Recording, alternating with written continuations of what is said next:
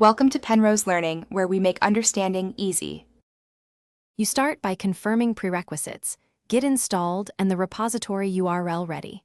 Open Command Prompt and change directory to where you want the project. Once in the folder, choose HTTPS or SSH URL, then run git clone repo URL. You'll see progress for objects and bytes transferred.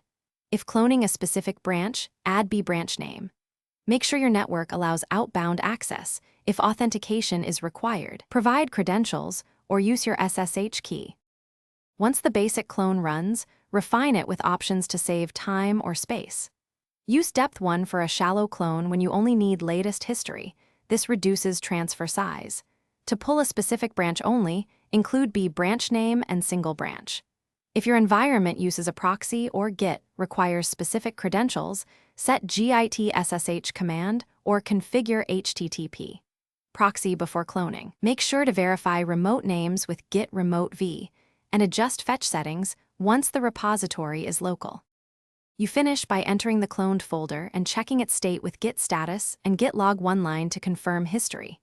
If you need ongoing sync, run git fetch then git pull, and set up stream for new branches with git push uorigin branch. If cloning fails, first verify the repository URL and your authentication method, then check network connectivity and firewall rules.